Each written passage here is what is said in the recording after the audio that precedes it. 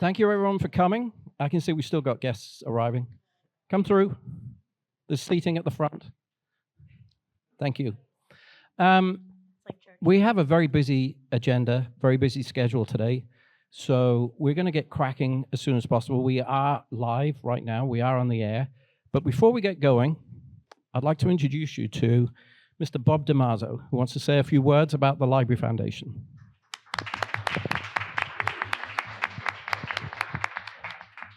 Thank you, Fraser.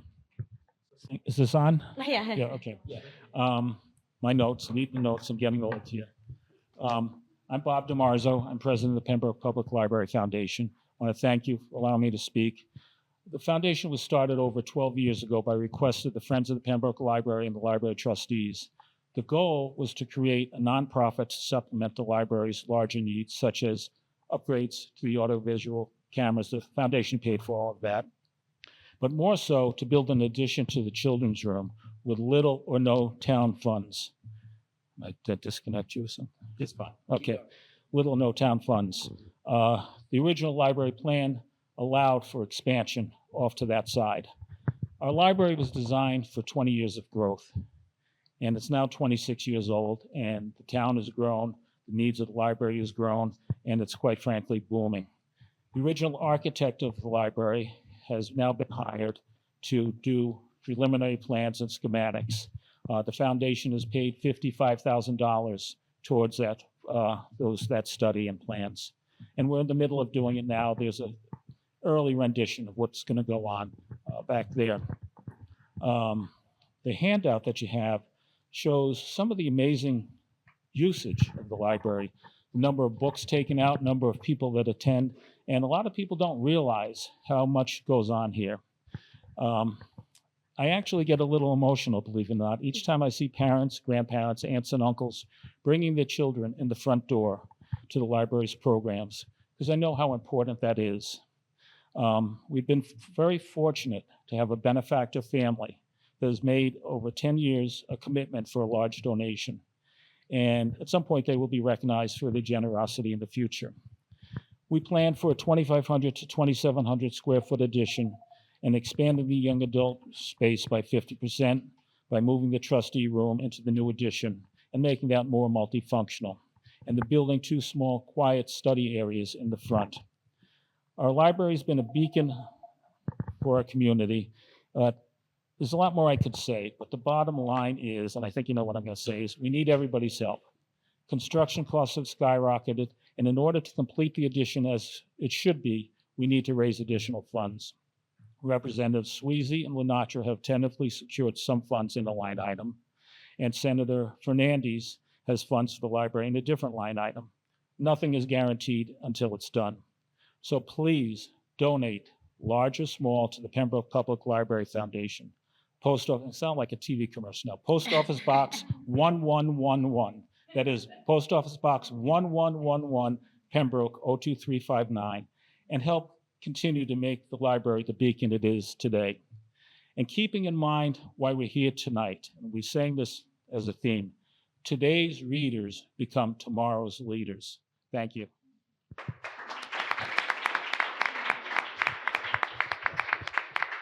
Thanks very much, Bob. And thank you for altering the presentations for tonight. What do you think? Just unplug? I think it makes a wire right there. Oh.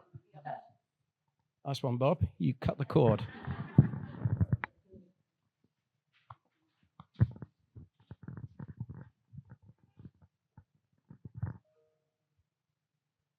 Technical support.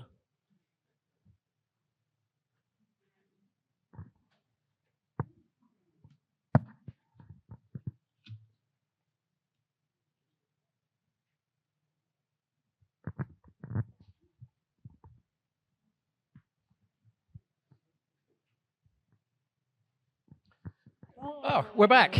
Okay. So,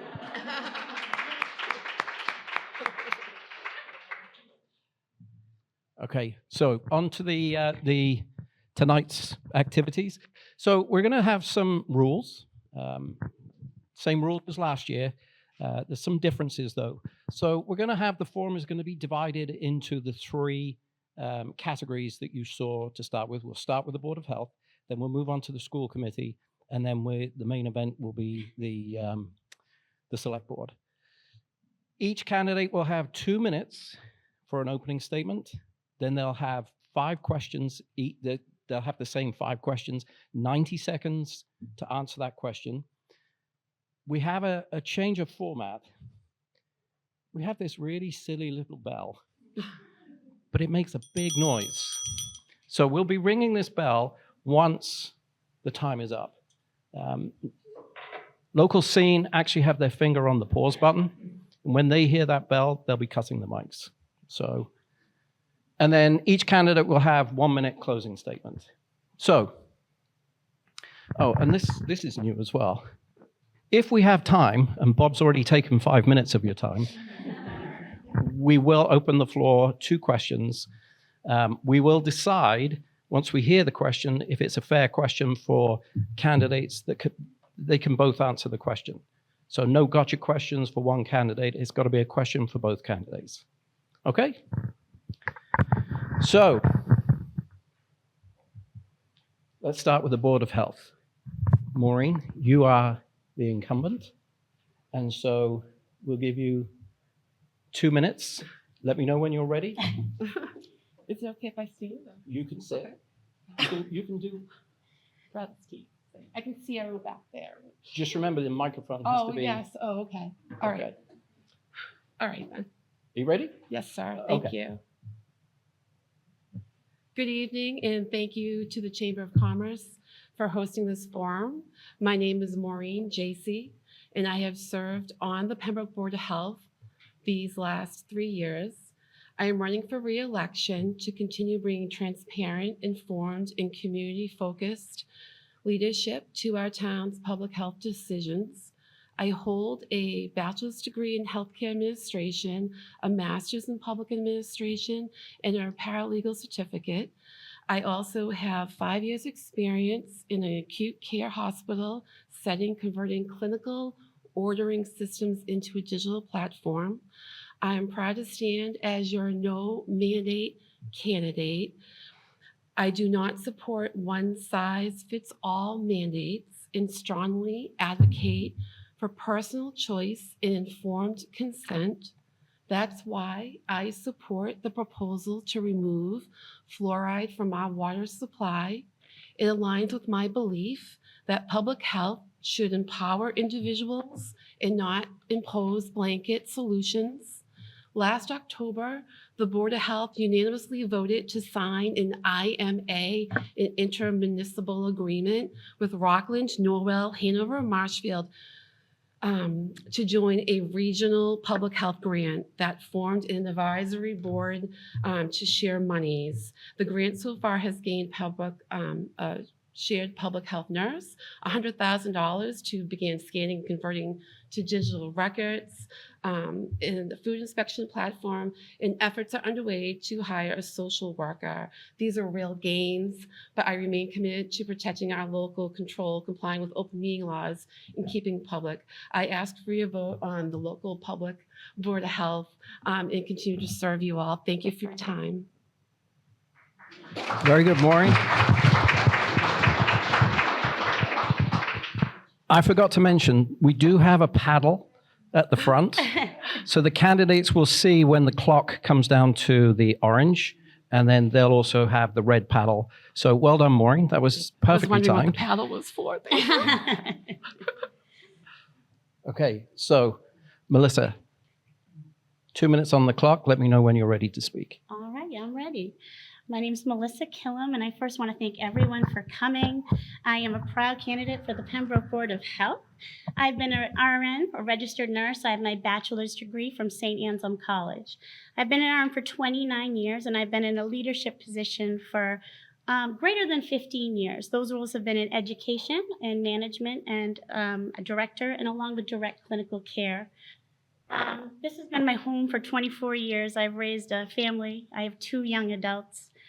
I've built some great relationships and really have grown to value Pembroke's strong sense of community.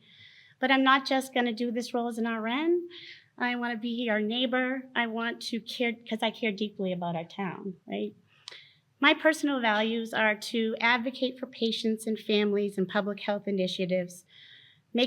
I do believe that local decisions matter, and I want our decisions to be guided by evidence, compassion, and long-term goals. So my I apologize. My key priorities are to utilize my nursing leadership skills, my collaborative approach, and to improve health and growth in the town that I've been in for 24 years. I am ready to serve. I am committed, and I believe that together we can build a healthier and stronger Pembroke. Some specifics, I do want to keep fluoride in our town's water. It is backed by strong science, and it positively affects the health of our adults and our children. I do want to reduce plastic waste. Environmental health is our public health, right? And I want to promote sustainability practices, and I hope that you will give some good questions for me so I can show you how I would like to serve Pembroke. Thank you, Melissa.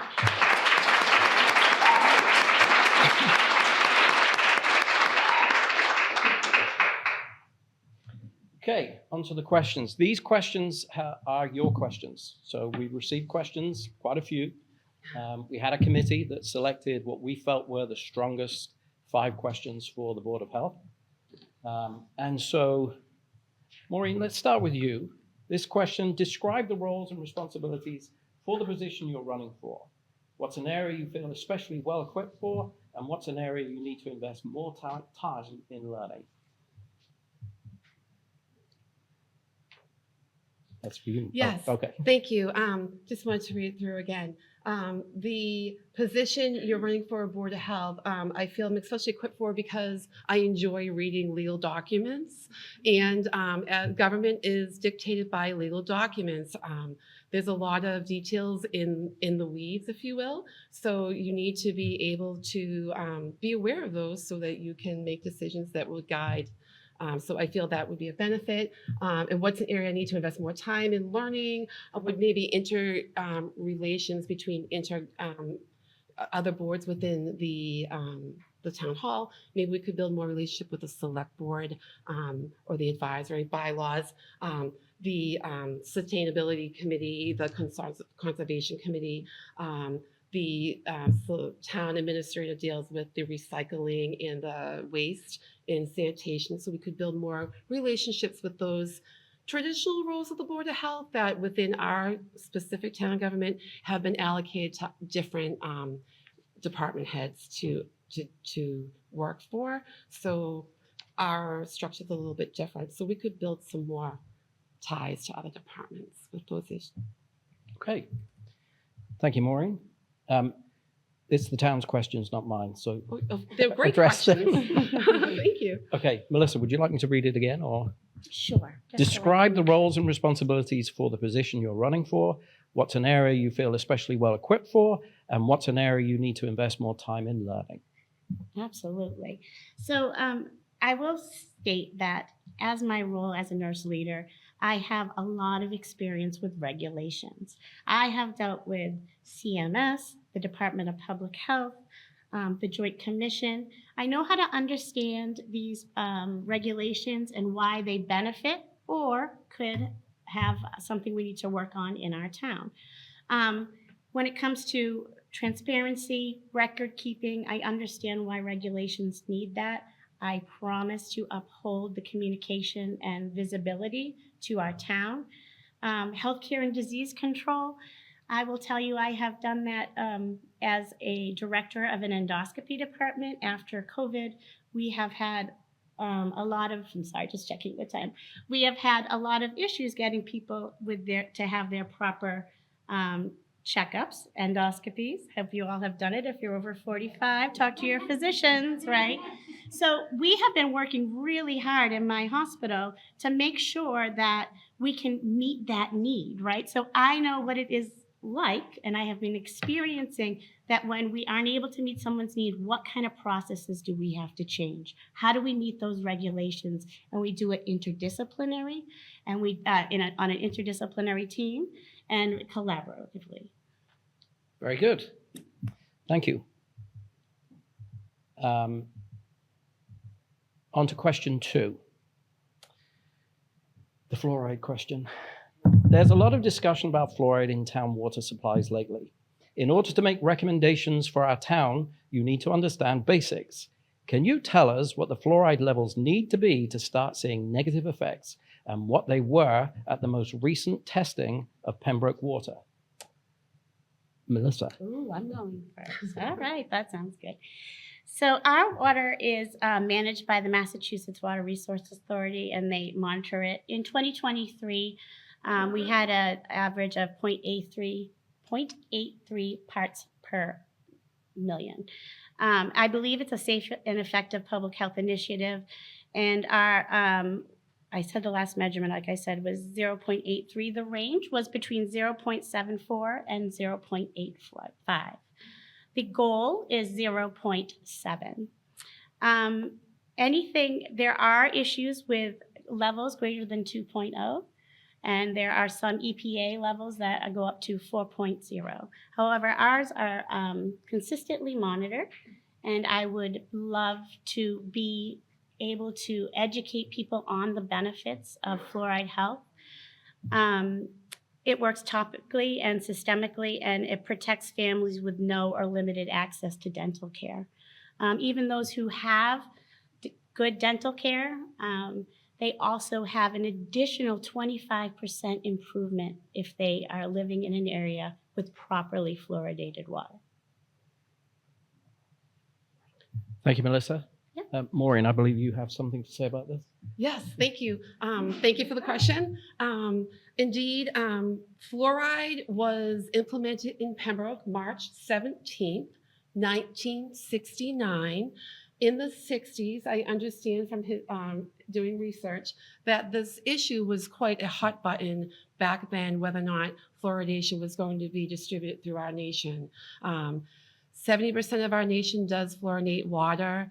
There are many countries that don't. Us right now, actually, we are just Pembroke and Duxbury fluoridate their water. All the other surrounding towns that we're adjacent to do not, including Nantucket. There is one village within Martha's Vineyard that does it.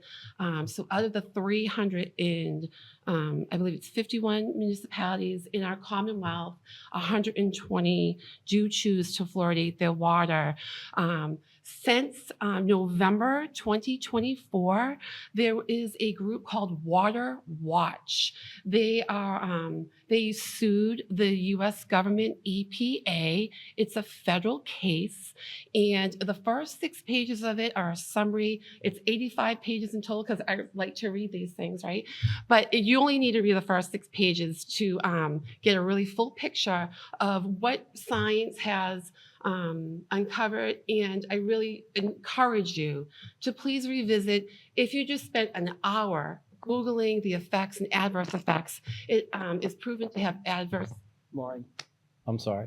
Yes, thank you. I don't want to ring the bell on you. No, thank you. I know red now means red. I Do also- I have the opportunity to respond or no? Well, she hasn't gone over the time yet because I stopped I'm her. sorry. That's okay. But did you answer the question, Maureen? Can you The trust question was, can you tell us what the fluoride levels need to be to start seeing a negative impact? Yeah, okay. Yes. That was the question. I I don't think you apologize. said that. Um, So I'm going to give you the opportunity to tell us, Okay. answer the question as it's written, Yes, but then I will give Melissa an opportunity to rebut. fair enough. Okay? So 0.7 is the federal level that they say exposure is ideal for fluoridation. However, since the 60s, fluoride has now become prevalent in most toothpaste. It's prevalent in food, and its accessibility and access to dental care has increased. And so the curve of access to fluoride at 0.7, we risk overexposure, and that's where you go into adverse effects. The 2020 water testing for Pembroke, you will see a trend of increase of fluoride to the 2023 results.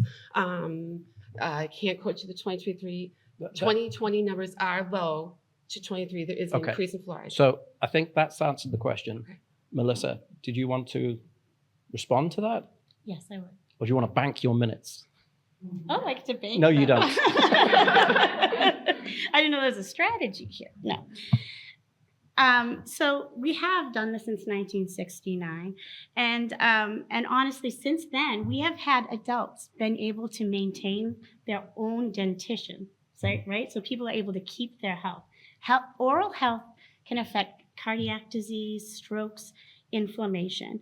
And when you ask what levels does it become dangerous, it's usually greater than 2.0 or 2.0. We are 1.83. There's been one study in 2024 that I think said the levels were 1.7 to have safety. But I just would like to explain that you would have to drink as a 155-pound gentleman. You would have to drink. It's actually you are unable to drink the amount of water to have it have negative effects or toxic effects on your body. There has been a study. Oh, I'm going to stop you now. Okay. 'Cause I think you had equal time. Yep, that's fine. But the town does want to know. You want to ban fluoride? I want the town to be delivered a new opportunity to revisit their decision from 1969 But you would and have have- an informed consent. Okay, but you would remove fluoride I personally from the would water. not like to. I'd like to be more control over if I take it. And you wouldn't remove fluoride from the water? No, it costs $10,500 a year, and we have about 7,173 housing units. So it's less than $1 per household while we improve 25% outcomes. Personally speaking, I don't think it's about cost. Oh, yeah, It's I about know. health. But Well, I personally don't think so too, but some people do Okay. think, where's our money going to? And what is so it that's doing? great. We've got to move on. Are there people talking in the background? Okay, I'll keep an eye on things. Sorry, apologies. Thank you for that. Let's go to question 3. Describe the I'm going to start again. I've got to read from the cards. Describe the position you had on face masking the general public during the early COVID times. Under what conditions would you require masking in Pembroke in the future, if at all? Maureen. I think everyone knows I strongly oppose mask mandates. I will never, ever vote for any mask mandating. I'm pretty black and white on that. That's how I feel. Okay. I have more time, I guess. No, you don't. Okay, I've taken it away from you. I'll take it. We have to get going. We got other Okay. candidates. Yes, so sir. Melissa, your time. I'm still on the clock. Okay, Yeah. certainly.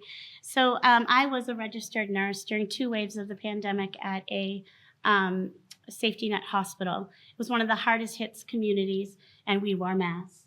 It was unfortunate at the beginning that we did not have the supply that we needed. As things came available, we continued to allow people to vaccinate. It was choice and consent, and we encouraged us as nurses, although it may be uncomfortable, to wear masks to protect others, right? It doesn't just protect yourself, you're protecting others. It has been shown to be an effective barrier. We do it all the time. We use personal protective equipment, and that is science that we use in healthcare. When it comes to mandates, honestly, nurses do not always like to mandate anything, right? Our goal is to educate. And if we educate with the right information and good research, we hope there will be compliance. Forced compliance is, many people react to that, and they kind of lose the science in that. I understand the concerns about facial coverings and the inability to see. We have actually adjusted that in healthcare, and we now have masks in which you can see people's faces. That does help the deaf and people that read lips. Good. Thank you, Melissa. Let's move to question 4.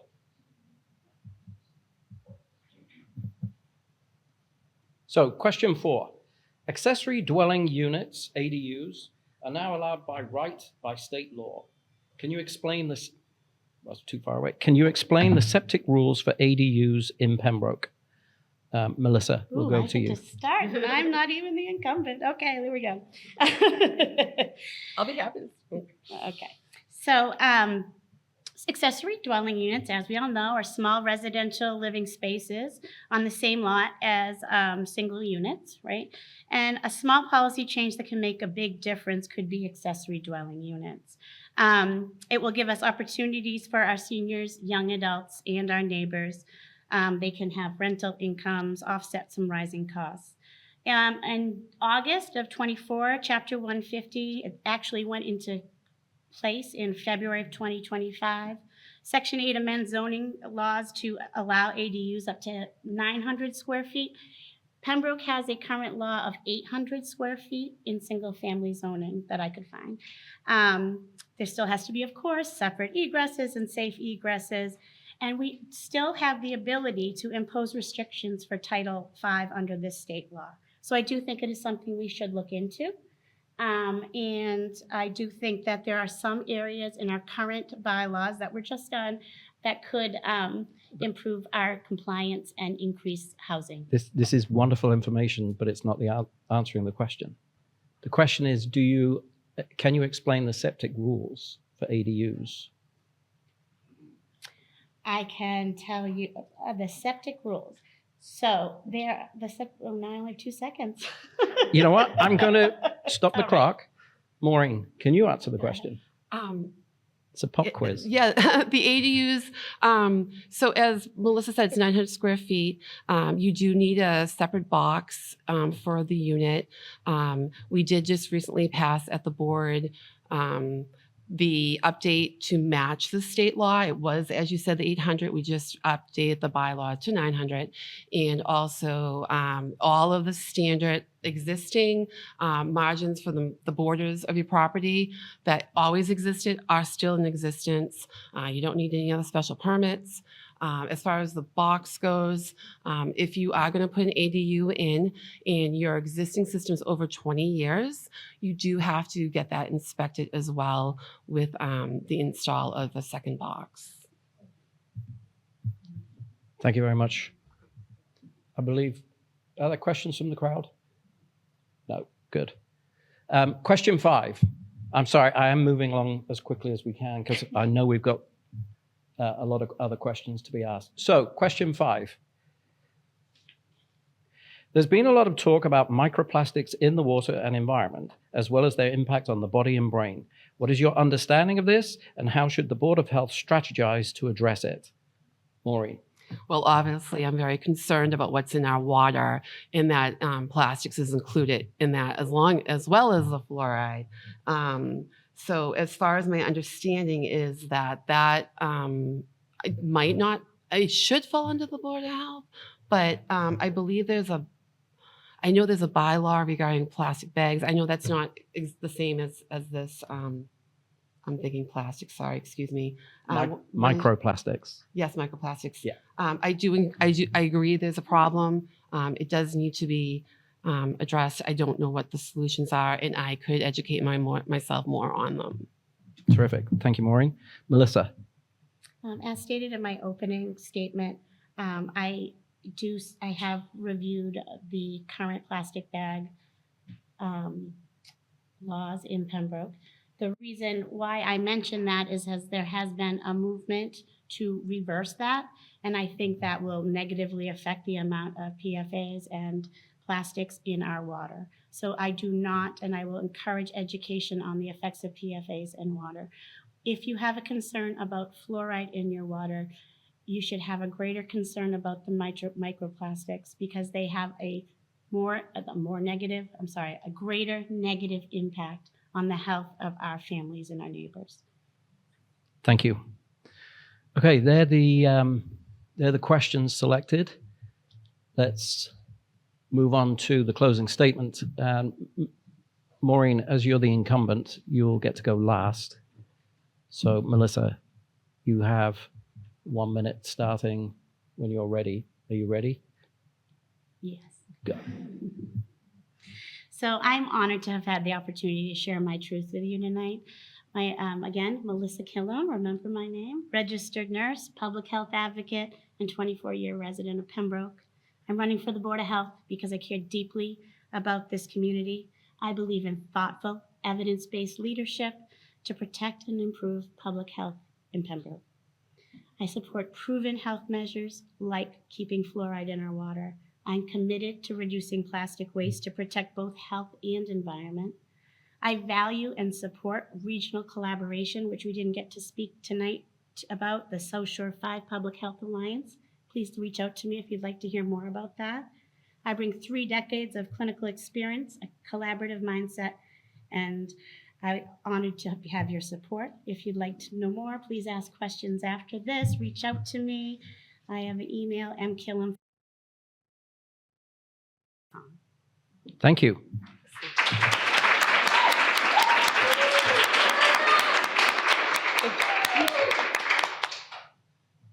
Okay, Maureen, let me know when you're ready. I'm ready. Go.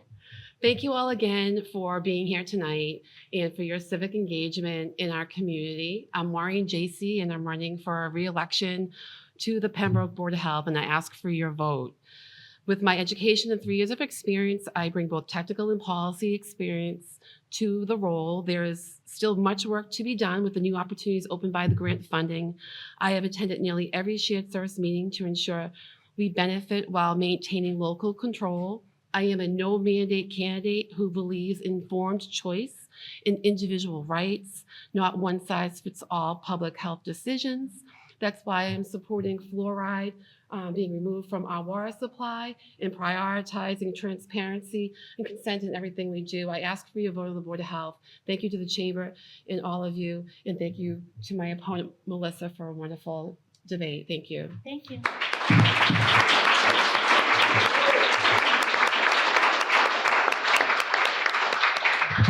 That's terrific. Thank you very much. If we could have a quick swap around, the more time we save swapping over, the more time we have to speak to the candidates. Thank you.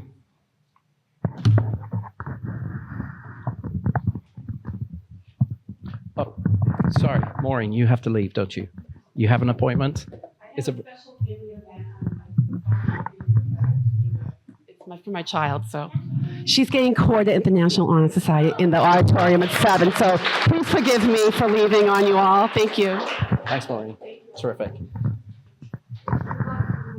Okay, so school committee, Paige Graziano and Katrina Scarciotti. Have I got that right? Okay, great. So we're going to start with Paige because you were here this time last year. Paige, don't forget, no banging the table. I'm not going to bang the table. I've been practicing. Good. Passion, but no banging. Okay. Tell me when you're ready. I'm ready. Okay, let's go. Thank you first to Fraser Townley and the Chamber of Commerce for hosting this event tonight. Events like this allow citizens to compare candidates and make wise voting decisions on Election Day. Thank you to all of you who've taken time out of your day to attend tonight. I am Paige Graziano. I am a veterinarian, business owner, mother of 4, and 24-year resident of Pembroke. I've been watching or attending school committee meetings for about 4 years now, and I've not missed more than 2 or 3 in-person meetings since the fall of 2023. In that time, I've learned a great deal about the function and procedures of the school committee, and I'm ready to step in and get started on day 1. I believe I bring 4 key talents to this position. The first is an educational understanding. My kids and I have been involved with public schooling, vocational high school, homeschooling, and dual enrollment. We've hosted a handful of exchange students and have learned about their educational processes as well. I've taught at home, in co-ops, through 4-H, and as a veterinarian. The second is financial acumen. My experience as a successful small business owner and employer will be crucial to both the budgeting and bargaining processes. The third, communication skills. I will not shy away from difficult subjects, and I do not offend easily. I enjoy open debate and discussion and appreciate opposing views when presented in a spirit of cooperation, collaboration, and understanding. And fourth, integrity and honesty. For years, I've served this community as a volunteer in 4-H and in my career. I've been fortunate enough to know many of you and your children, and those who know me know I value upfront communication, and when I give my word, it means something. I hope to use these talents to educate our citizens about the upcoming vocational options and its costs, to plan for continued improvement in our educational depth and breadth, to facilitate transparency between the school and parents, and to be financially responsible to our citizens. Thank you.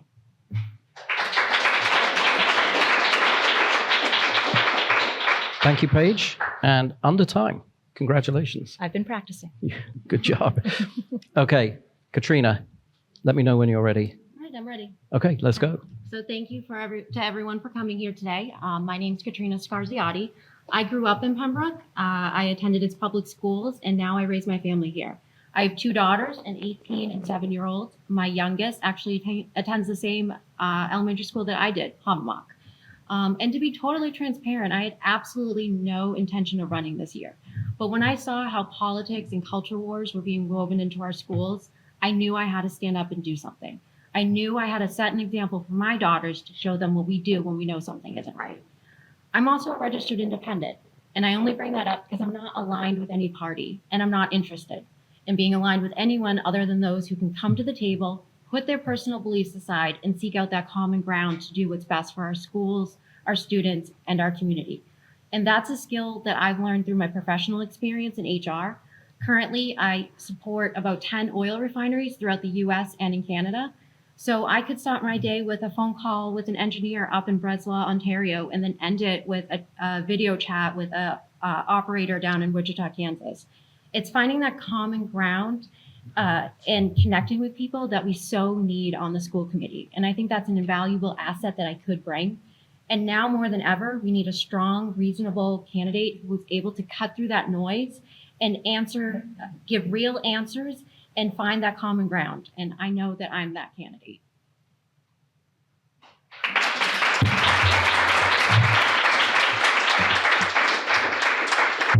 Excellent. Thank you very much. So let's move on to the first question. And the first question, it's the low ball. Describe the roles and responsibilities of the position you're running for, and what's an area you feel especially well equipped for, and what area do you need to invest more time in learning? Paige. The roles and responsibilities are fairly broad. The first is we hire and supervise the superintendent and then work with her to create policies, et cetera. The second is that we're responsible for budgeting, which we do in collaboration with the select board. The third is we receive information about the educational curriculum that will be used and make approvals of that. We also do long-range planning. We do collective bargaining with the teachers union as well as the other employees of the school committee. Oftentimes at school committee meetings, we also are recognizing achievements for the students, the student athletes, et cetera. I would say those are the broad areas. It's also our responsibility to educate the public about any changes that are made. We'll be needing people to make a decision about vocational education, and that will be really important coming up. What would I need more time learning? I think probably collective bargaining would be the thing that I have the least understanding of, and in part that's because it's done behind closed doors primarily. Very good. Thank you, Paige. Katrina, would you like the question again? Sure. Okay. Describe the roles and responsibilities for the position you're running for. What's an area you feel especially well equipped for? And what's an area you need to invest more time learning? Sure. The main role of the school committee focuses on policies and budgets. An area that I'm most, well equipped for is the collective bargaining process. In my professional career, I actually sit on the other side of the table with the union every day. So I understand the grievance process, the arbitration process, and at times the challenging collective bargaining process, which is just going to be an opportunity, I think, if elected. I also bring with me the legal background, so I have a good understanding of laws and how to interpret them and regulations and really where those are housed. Because one of the things I don't know is I don't know all the regulations that are in place, but I do know where to find them, how to interpret them, and how they apply to our everyday. And I think I would lean on our knowledgeable school committee for their input too, especially in my first year, because it's a great group and they obviously know what they're doing as well as the superintendent. Very good. Thank you. Okay, on to question 2. How would you balance the authority of the state with your own independence as a school committee member responsible to the citizens of Pembroke? Katrina, let's start with you. Hi. just ended with me. Gotta Yeah, get yeah. rid Well, of there you go. Follow on. Jeez Louise. Well, I think at the end of the day, the role of a school committee is to listen to the community as a whole. And that is exactly why I said I'm not aligned with anyone, because at the end of the day, my decisions will always be based on the entirety of the feedback from the whole community. Okay. Paige. This is really important to me. Clearly, we need to follow state laws. That's vital. But as a school committee member, we are also advocates for our students. So when laws are put into place, when regulations are made at DESE, we have the opportunity to go and speak on behalf of our citizens and on our students. And that's vital to make sure that our parents' voices are heard. So we have a fine line to tread there, but we represent everyone.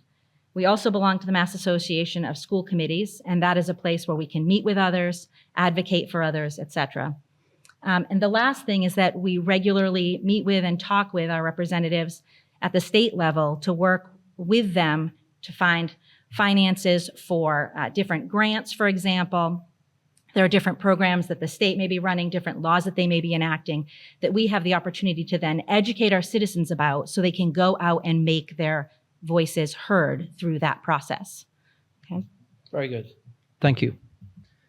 Okay, on to question 3.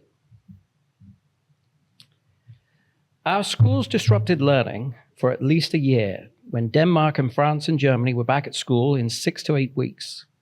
I'm assuming this is during the COVID period. Describe a plan or approach that you would have in place to form a like decision for our schools in the future. Have you read any studies that question the wisdom of the steps Pembroke and other schools followed? Paige. As an exchange student mom host, I had many opportunities to talk with other students from around the country, around the world, about how their specific countries were handling COVID. I was very worried about my students in Spain and Italy. They're part of my family. And then after COVID, we hosted students again and was able to get their input. I think we need to learn from the COVID lockdown experience. It was a very, very bad idea to lock our students down. And as far as a plan for the future, my plan for the future would be to avoid a lockdown at any cost. It's just not necessary. And there are numerous studies that I've looked at that I've had students who've had experiences with. It's not a good idea. We trade educational growth. We trade social emotional learning. We trade the stress of being locked in your house all day with mental health issues, and it's not worth it. Thank you. You've got a little bit of time left, so I'm going to just ask you, you're saying this with hindsight. Yes. Okay. Back then, were you saying this? Just No. curious. Back then, I was absolutely saying this was a very terrible idea. Okay. So you haven't changed with hindsight? No, Kind of. I mean, I could see initially at the beginning of COVID when they said, okay, we're going to take a little breather and figure out what's going Right. on. I can understand that. You know, you get beyond about 2 or 3 weeks and we were starting to see the repercussions. My kids were homeschooled, and even my homeschooled kids were stressed by the amount of consolidation and confinement that they had. Thank you, Paige. Yeah. You've answered the question. That's terrific. I appreciate that. Okay, Katrina, would you like me to read the question again? No, I'm good. Okay.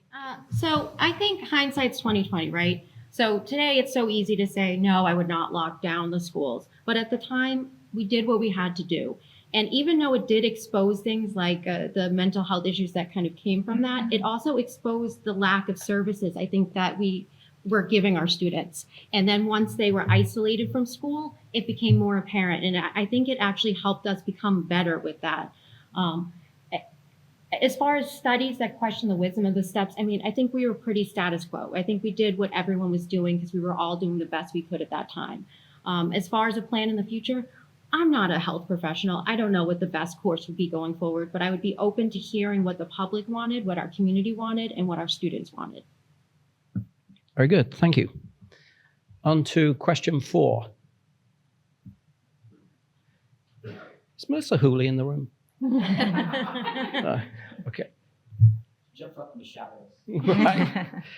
Now that all the details have been presented, do you support Pembroke joining in membership with South Shore Technical High School in Hanover in order for Pembroke students to gain access to vocational education?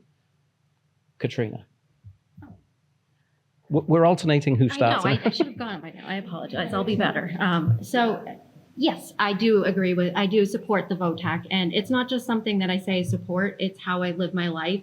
I mean, in my professional life, I started at the bottom level, entry level job, and I worked my way up to legal, to senior paralegal, and then used those skills to become an HR business partner of over 10 oil refineries. And my oldest, she was in the public school system, and we actually took her out of Pembroke because we went to a charter school that offered some trade availability to her because that's what she needed. I think very much that kids, their path to success is not one road. And giving a VOTAC option would just open up that for so many kids. And I think there's a misconception that if kids go to VOTAC, that means they're not going to go the traditional college route. And that's actually not true. I think it's like 38 to 40% still actually go on to college. So it's just another tool in their tool belt to be successful. Thank you. Paige. I 1000% support us joining the Vocational Technical High School in Hanover. I will be voting for it personally when we get that opportunity in the fall. I will be encouraging our citizens to really take a look at their finances. There is really no greater investment we can make in our future. It's an investment not only for our students' future, but our own future, because we're not getting any younger. We need nurses, we need plumbers. We are going to need these people to step up into these positions. And I think Pembroke is a great place for kids to have that opportunity. It's kind of a shame we haven't in the past. That being said, it will come up for a vote. So the citizens will have an opportunity to evaluate their own finances, to take a look at the ultimate numbers of what this will cost us. We're looking at about $20,000 in a debt exclusion override to cover the cost of the new building. That new building will give us the opportunity for more space for more students as part of the cooperative group of towns involved. We're also going to be looking for finances to increase our budget so that we can afford to pay the tuition there. In light of that, we will have to be considering different opportunities for the students in our own system as we reduce class sizes to make some adjustments there. And I am ready and willing to go ahead and do that. I think it's worth it. Thank you, Paige. Okay, so the final question is coming up. I want members of the audience to just remember that we're being respectful to the candidates. They have their opinions, and I'd like them to be able to speak without interruption. So, last year, our school committee discussed a policy to limit flags in the schools and remove pride flags. If elected to the school committee, would you support revisiting this policy? Paige. I think that it is important that each and every student be accepted for who they are. That is vital. Every student deserves a place where they go to school and they can learn algebra, history, social studies, sciences, etc.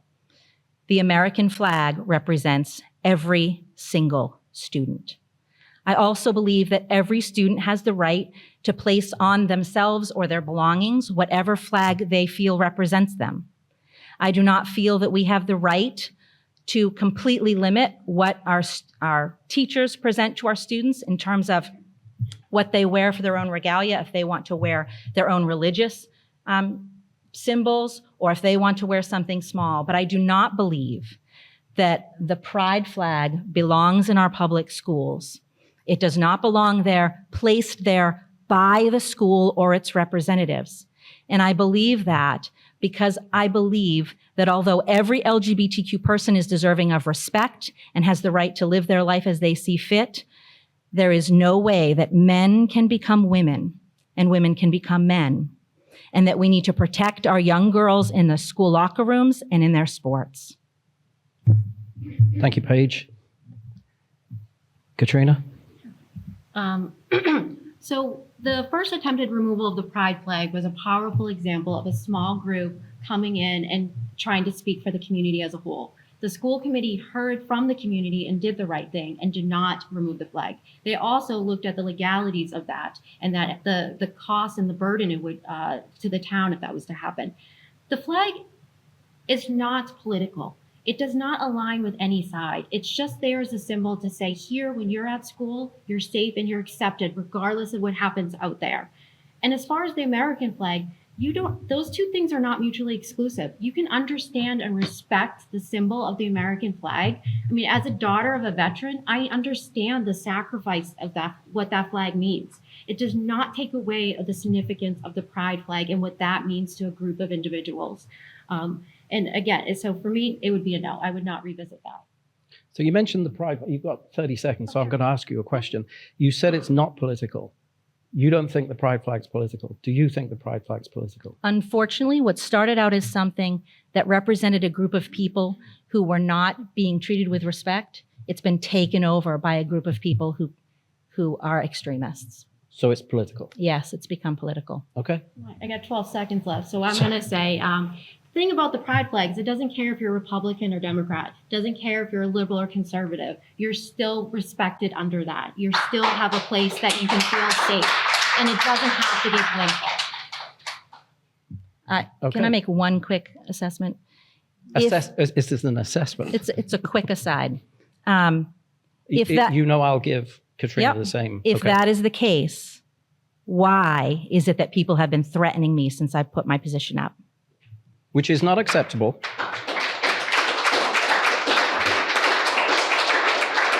Okay. Katrina, I certainly have not been threatening anyone, and I don't endorse that. But the thing as when you become a public person and you're running a campaign, when you say things, you have to be ready for what comes back. And when you call a pride flag a flag of lies, it's going to cause certain emotions, and it's not always the emotions you're going to want, and you're going to get those people who are upset. How would you define a woman? I don't think Wait. Okay, I'm the moderator, Katrina. I'm sorry. We're not going to have those questions. We're just going to move to the closing. Perfect. Okay?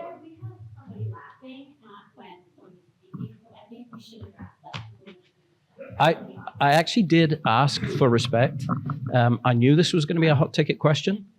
The question had to be asked. We had to understand what the candidates' opinions were. I would appreciate if people don't interfere with the process, either sniggering, laughing, or calling out.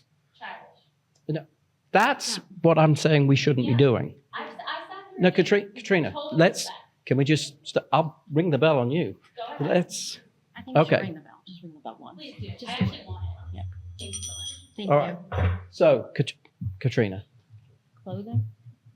Oh, I pressed a button. There we go. Closing. Let's go. All right. I want to take this moment and remind you the type of candidate I am. I'm the type of candidate who will seek to find common ground and bring that with me to the school committee. My professional experience has taught me how to meet people where they are and to find that common ground. I will also bring my extensive union experience, which will be very helpful during the challenging collective bargaining that's coming up. And I'm just going to say, you may notice that I haven't been relying on any people's endorsements, and that's something I'm proud of. And I'm proud of that because I refuse to play the political game. I refuse to align myself with any one group or any party. In fact, when I was out in the community, I would speak to people who would say they were going to vote for me, but they would say that they weren't going to talk about it publicly for fear of upsetting their base. And that's just not who I am. I'm not someone who's going to base my decisions on people I think will help me get elected. I'm going to base my decisions on the feedback from the entire community. It's not going to matter to me who they voted for in the past. And on May 17th, I urge you to look past the noise and vote for the candidate who's going to bring the real answers, who listens to understand before responding, and who's not beholden to any group or party. Okay, that's great. Thank you very much, Katrina. Thank you.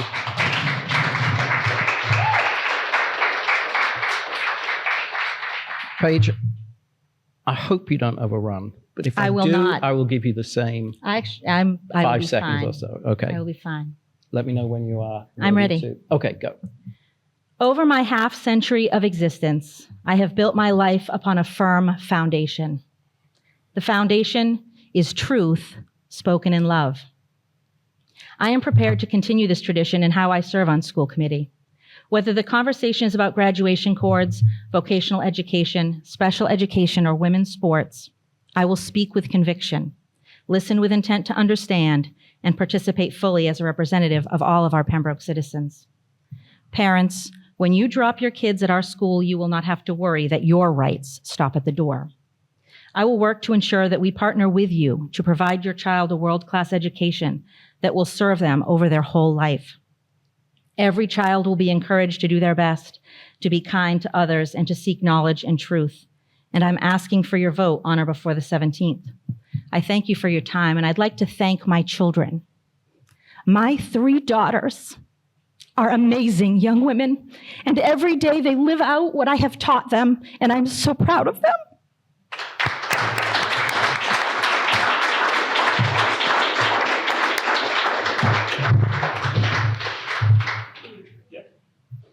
Thank you very much, Paige and Katrina. I knew you were going to cry, Paige. I just knew it.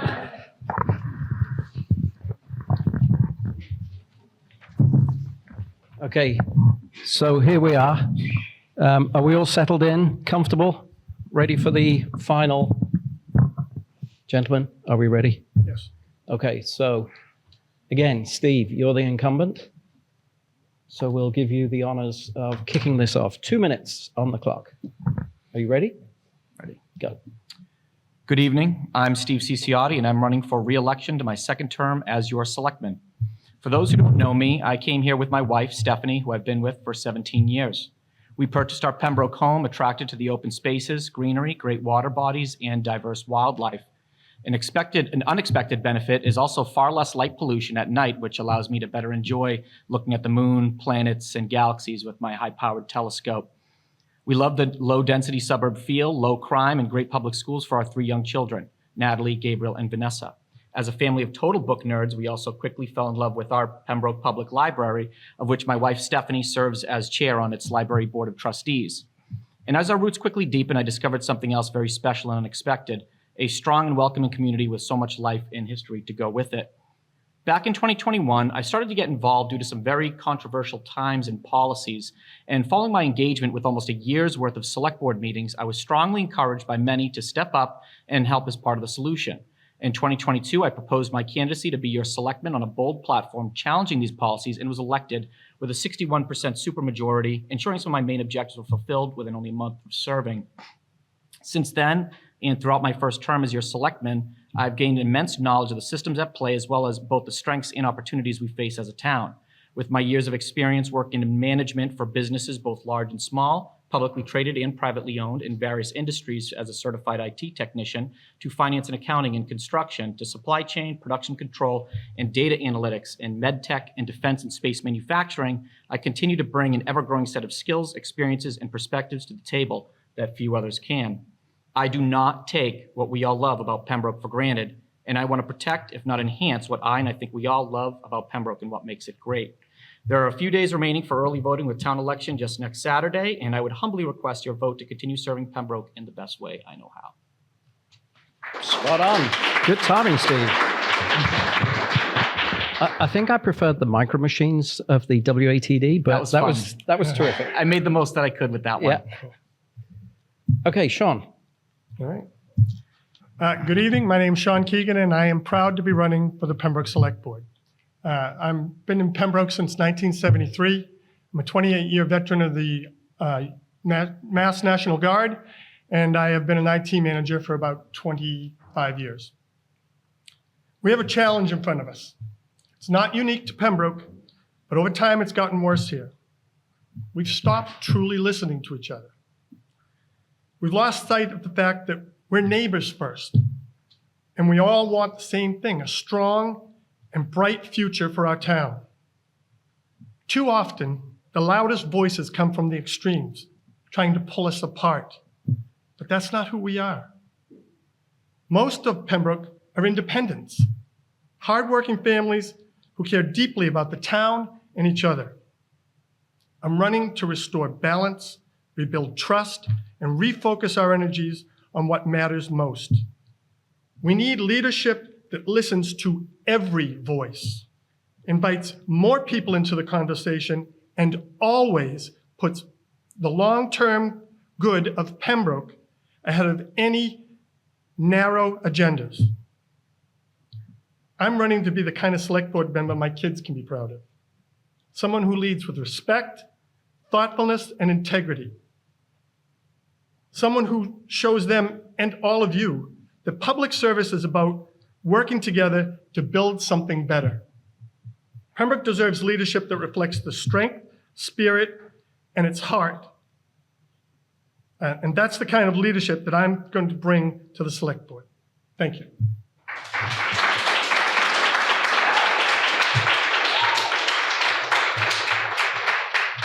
Thank you, Sean, and thank you for your service. And I know you're very comfortable in this beautiful garden called Pembroke, but I'm pretty certain most people in Pembroke won't be comfortable in your battle zone. Just thought that was not a political speech. I'm moving on. Question 1.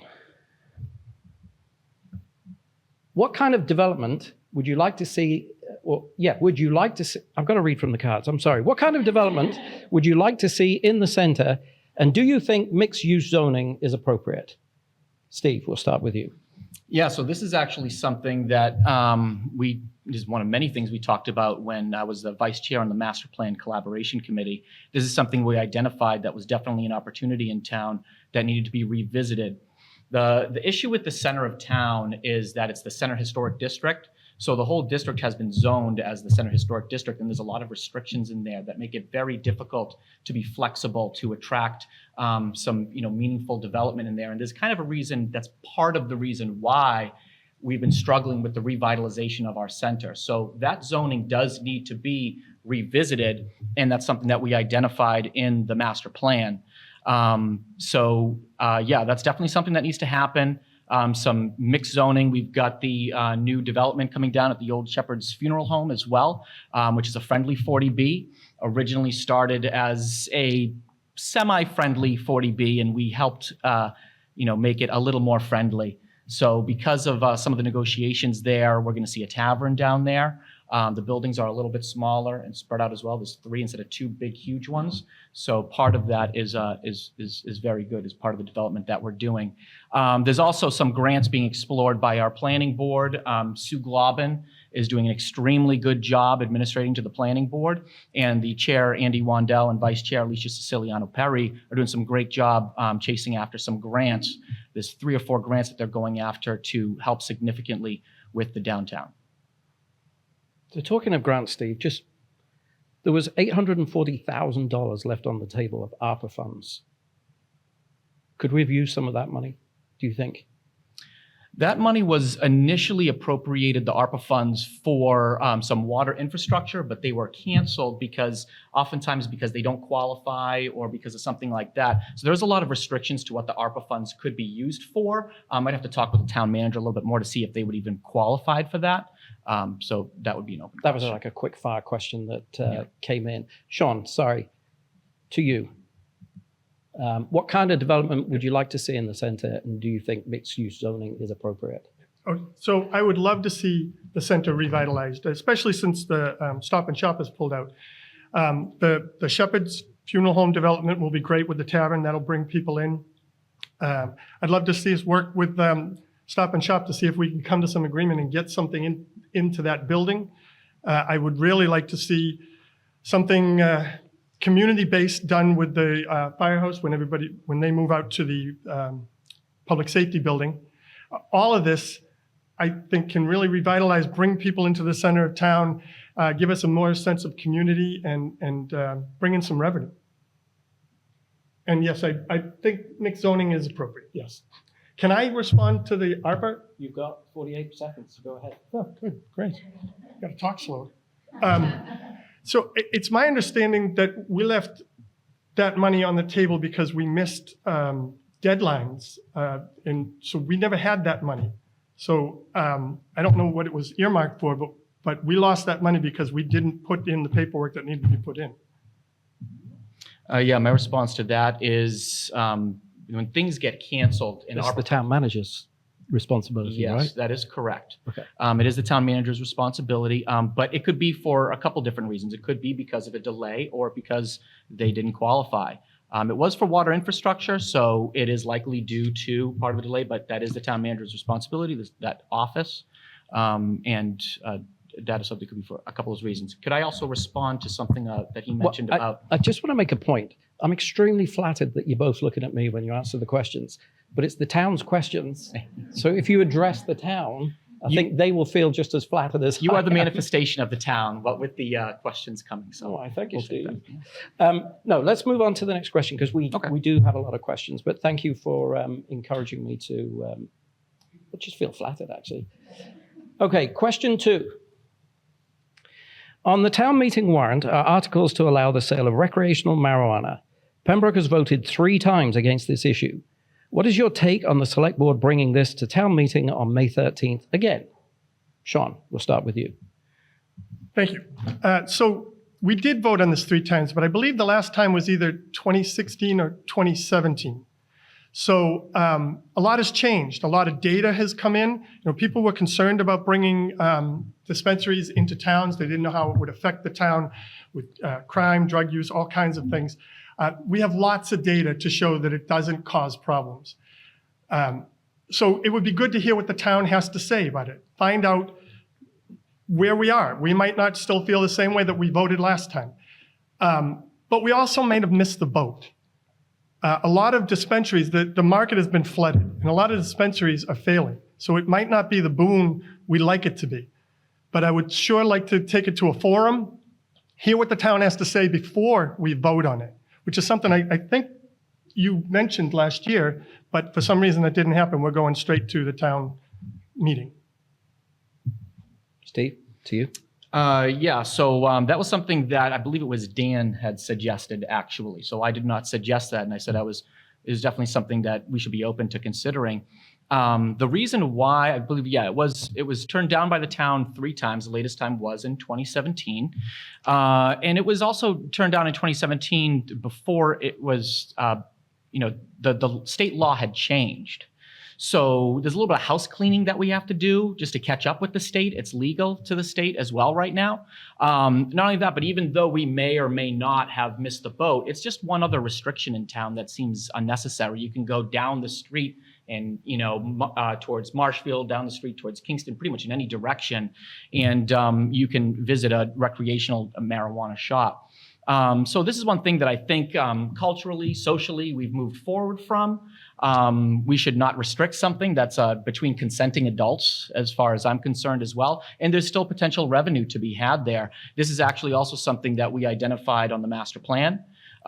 We also identified as part of our values, goals, and priorities, which was something that I pushed for on the select board as well. The first formal values, goals, and priorities, which really puts everything in black and white as an accountability tool, and a directive tool, and a continuity tool as well. So we identified that as an opportunity, and the select board endorsed it, and the entire select board as a body moved forward with the values, goals, and priorities, and as well with marijuana. Terrific. Thank you very much. Question 3. There's an assertion has been Would you like me to read the question, Fraser? No, it's me reads the questions, you answer.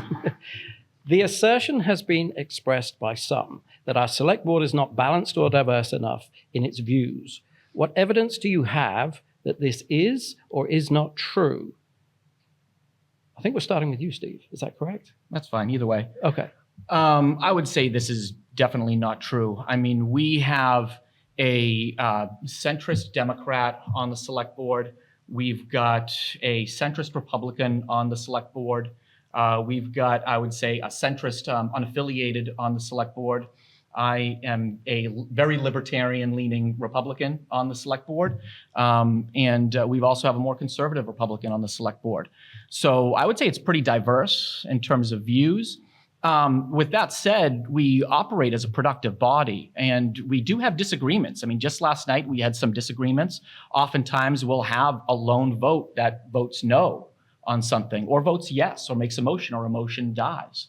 Oftentimes there's a minority vote of only 2 votes, for example. That's happened a number of times as well.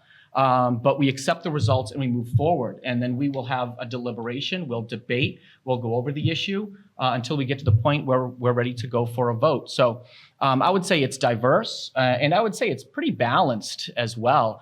I know some folks in town are probably not as happy that it doesn't agree with all of their views, but everybody's not going to be in lockstep with each other. And I think that that's something that we could move forward with more productively, to accept that we're not going to be all lockstep. And it would be pretty boring if we all agreed with each other all the time. So I think disagreement is good and healthy debate is good, as long as it is in good faith. Can I just ask, who is the Democrat on the select board? That would be Dan. Dan Trabucco is a registered Democrat.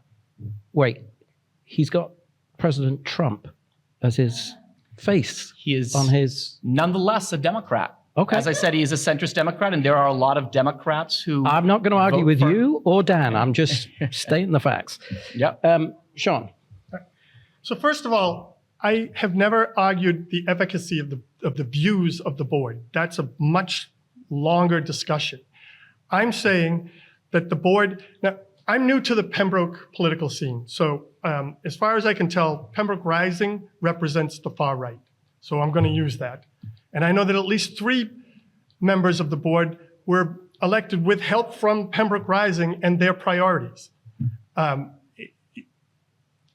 The reason I'm running is because all I hear from people is our voice is not being heard. We're not part of the conversation. They're not being listened to. It's all going one way. I just want everybody to be heard. Not everybody's going to get what they want ever in anything, but I want everybody to be part of the process. If they're part of the process, they know it's a fair process and they know their voice matters and they can feel proud of the direction that Pembroke is going. So I'd like to respond to that. No. No. There's so many questions. You will have All right. your point will be made. You were clear about your answer. He was clear about his. He had extra time. So, Okay. Question 4.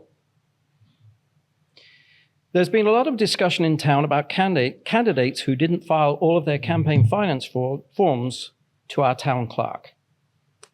Do you think these candidates deserve the public's trust? And if you made a mistake, how would you handle this issue with the voters? Sean, you're not part of this discussion, but answer that question. How would you handle it if you made a mistake? Sure. So I'll answer the second part of it first.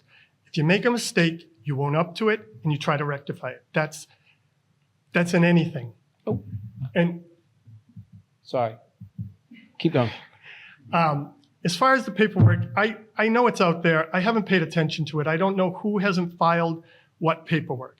The only thing that I will say on this is if you're hiring someone to help run your town, I would give pause if they can't properly run their own campaign. That's it. Steve? Yeah, so this is something that I talked to the OCF about. And also, if you look at the town, the situation right now with almost all candidates, the vast majority of them in the past, and this doesn't excuse it, but I think we have to look at the fact that the vast majority of people are missing some paperwork or another, whether they're elected to the library board of trustees, the select board, the board of health, school committee, etc. So it doesn't excuse it. We need to improve our processes, make sure people have a better understanding of the documentation that's needed when they file. But the OCF, they're like, just file the paperwork. It's really not, they're not going to chase after, library board of trustee because they didn't put their M101 form in. That's not really what they're going after. So if someone has identified, hey, you're missing some paperwork, just file the paperwork. And that's the OCF's position as well, because I talked with them about that. And certainly with regards to, to any additional paperwork, yeah, if there's a mistake, then yeah, fix the paperwork and get it done. Mm-hmm. That's it. It seems very simple to me. Very good. Thank you. That was question 4. We're already there? We're on the well, should have given me more time on the other ones, Frazier. There's a surprise coming up. All right. Trust me. I love surprises. Let's do it. Did anyone hear about what President Trump's surprise was? He talked about having a big surprise. Has he announced it yet? I don't think so. Anyway, it's one of those, it's a surprise. Okay, question 5. I would like you two to both take a look at this. These are citizens' petitions, one from Maureen, who's left, but she knows she filed this petition, and one from Rich Flynn on the select board. I put these up because we had a question, and I wanted to have context with it. So the question was, what is your position on board members circumventing the democratic process of working with their respective boards to get actions on the town meeting warrant by filing citizens' petitions to effect change? Steve, it's your turn to go first. Sure. I don't see a circumventing of the democratic process if any citizen in the town, whether they are a board member, appointed, or elected, wants to do a citizen's petition. Everyone has the right to do that. So I don't know, the question seems pretty simple to me. If you have the right to file a citizen's petition, then you have a right to file a citizen's petition, and then you've got to gather the support to do that. I mean, with that said, we were actually discussing this a little bit last night, and I thought it was curious and interesting that we only require 10 signatures for citizens petitions, and that's quite outside the norm for the area. Most areas require 50 to 100. Mm-hmm. So personally, I think that that's something that should be revisited. The barrier to entry should be a little bit higher. It seems way too low for anyone to file almost frivolous citizens petitions. I understand. I'm letting this one run. And, I understand. And they and it kind of complicates things unnecessarily. But in terms of should someone or not be allowed to file a citizens petition, that seems very cut and dry for me. If you can file a citizens petition, you have the right to go through the process just like everybody else, though I would prefer them to go through the standard process. Right. Maureen's on the Board of Health, and she puts up a Board of Health citizens petition instead of running it through the Board of Health to go to the select board for the select board to put it on the warrant. Yeah, that does seem like a circumvention. I'm not going to advocate for or against why. Maybe there's strategic reasons as to why they do that. I don't know. I wouldn't go about it that way, but I'm not going to disparage someone for engaging in their right. I haven't asked you to disparage. It would seem to me to be a disparagement to say no, you should not be able to do that, or no, that's unethical. I don't see that. Right. Okay. Sean, do you have an opinion? Yeah, I completely disagree. If you're on the board, you need to go through that process. And if you don't get your way, that doesn't mean you just circumvent it by putting in the citizen's petition. You are held to a different standard. You're on the board. And I don't believe that that should happen at all. I don't need the rest of the time. No clocks for anybody on that particular round. Gentlemen, they were your 5 lowball questions. Sorry. Bit of technical difficulty. We're going to have a quick fire round now. No. So I want just a yes or a no for the majority. How do you do that to us, Fraser? Especially me. It's Jesus. There's no clock. There's no timing. Just a quick. So, do you believe dissolving the DEI committee was a good idea? Yes. No. Okay. Thank you. Do you agree with out-of-town resources being used to support a candidate? Absolutely not. Sure, why not? Okay. Are pride flags political? Yes. No. What is Pembroke's biggest challenge? Try and make it in a sentence. Please, Steve. Managing Prop 2.5 constraints in our budget while trying to develop meaningfully while protecting the character of our town. Sean?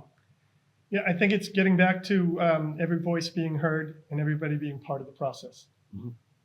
I want to just say these are questions that came from the town, but there was no way we were going to pick, Sue was part of we were not going to pick questions that were just yes, no questions if they had 90 seconds to say yes or no. Seemed like a waste of time, but this is good. Biological males playing on girls' teams in sports, yes or no?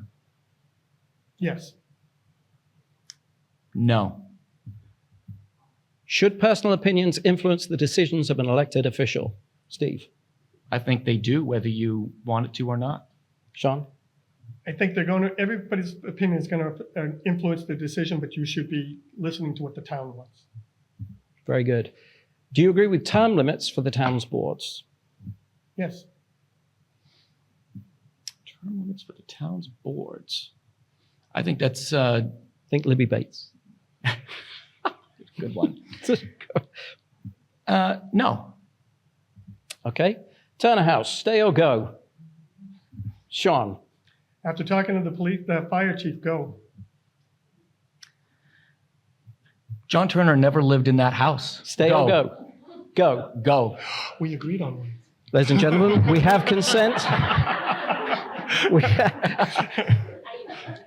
go back to question 4 about there being differences on the... Yeah. Okay, this is the last question in the quick fire, and this was the last question that came in on the death on the last night. What national political figure in today's world do you believe your political philosophy is most closely aligned? Sean. I don't have an Don't answer. say Mousy Tongue, he's not around anymore.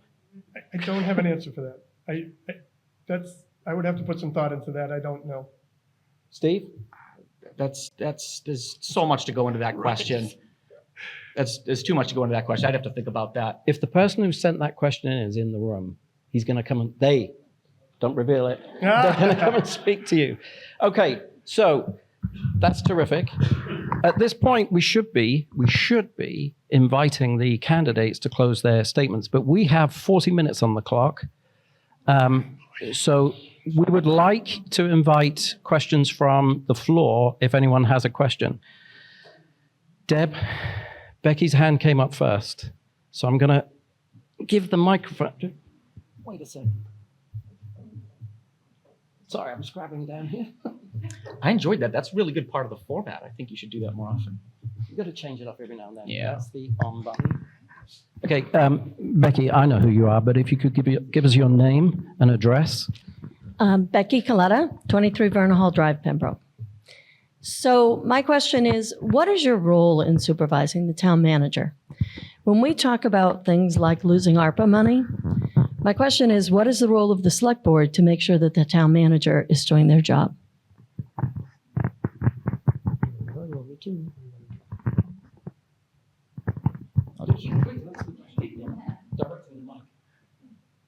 I'll go first. Yeah. Sure.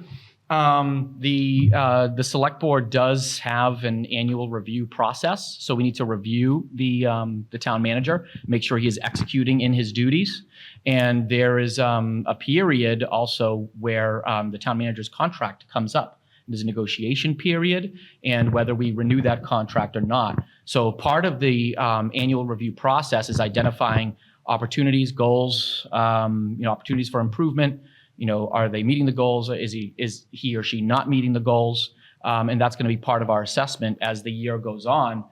You can't terminate a town manager because maybe he made a mistake here or he made a mistake there. And some of the mistakes can sometimes be he's responsible for a lot. And the town manager has really saved the town a lot of money. He executes really well, especially with regards to municipal finance. He's very good. He's very good managing our OPMs and following up on things. He saved us a lot of money with regards to the Center Street project with the state. So mistakes are going to happen, and we have to manage that. And part of the select board's role is not to micromanage the town manager. You don't want to do that because then he's not empowered to do his job. He is basically like a COO, CFO kind of figure.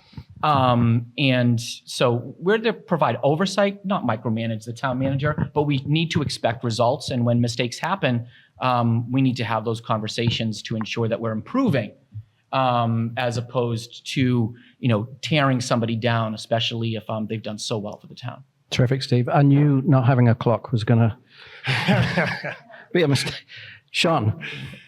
Yeah, so I agree. Our town manager has done an outstanding job. I think before him, there wasn't as much emphasis put on planning and making sure that our town was moving in the right direction. And since he's been on the job, I think he's done outstanding. If mistakes are made, the board, it's almost a collaboration. The board works with the town manager, even though they oversee him. It needs to be addressed immediately. And we need to make sure that it doesn't happen again. Find out why it happened, right? I mean, I know he's busy. I know he's got a ton on his plate, I don't know how he does it all, but this is important. So we need to address the issue and find ways to make sure it doesn't happen again. Thank you, Sean. I believe, Deb, you had a question? Name and address, and then ask your question. Deb Flanagan, 12 Beach Road. Thank you. By the way, I know the backstory on the fluoride warrant. The Board of Health unanimously voted to stop adding it to the public water supply, but it was the health agent's advice that it needed to go before town meeting, and that was why Maureen filed the warrant. Got it. Okay. So what's your question? My question is, what sort of guardrails, if any, do you believe should be placed on community preservation funds and Camp Pembroke funds? Sean, I think this is definitely your question. Do you? Yes. So I believe they just put guardrails in, making sure that nobody can get more than one time getting donations from the funds. Not sure that that's something that should have happened. There are lots of good things that can happen multiple times that funds can be going to. I don't know enough about those funds, though. I'm not the incumbent. I don't have all of that information. I will. Steve didn't have it all when he started. I don't have it all now, so I can't speak to that as fluently as I would like to. Fair enough. Steve? I was able to speak to a lot of it when I ran, I will say, though. So CPA funds, to start with that, those are Community Preservation Act funds. And when I started on the Board of Selectmen, one thing I noticed was that the town, the norm had been that it was a little too easy to kind of give money out to anyone who kind of came for it. The priorities were a little disjointed from the public. And so they would go to a lot of different private beneficiaries, whether we're talking about Camp Pembroke funds or we're talking about CPA funds, they would go towards private entities instead of public entities first. And one thing that I thought was very important was that we prioritized our needs before our wants. And that's not to say that we shouldn't, fund our wants. There are definitely some things that we want to do and we want to execute on that are good for the town. But we have a lot of needs in place. We had crumbling infrastructure. We had crumbling historic town-owned buildings. We had crumbling playgrounds that we're finally putting CPA funds toward now that have been crumbling for many years. So we shifted the direction after the conversation with the board, and the town manager shifted the direction of CPC funds toward our needs before our wants, toward public use before private beneficiaries. And then I think that's a good thing for the town because now we're seeing more positive activity for things that everybody can enjoy instead of just certain things that maybe certain interest groups would prefer to have for themselves. Where does the Lydia Drake Library fall in that conversation? That's town-owned. It is? It is. So that would, in my view, that is a public historic building. Got it. So yeah, that's a historic building. So CPA funds are good for historic, open space, and recreation. Okay. I believe we have another question. Andy? Yeah, Andy Wendell, Oldham Street. I'm also chair of the planning board.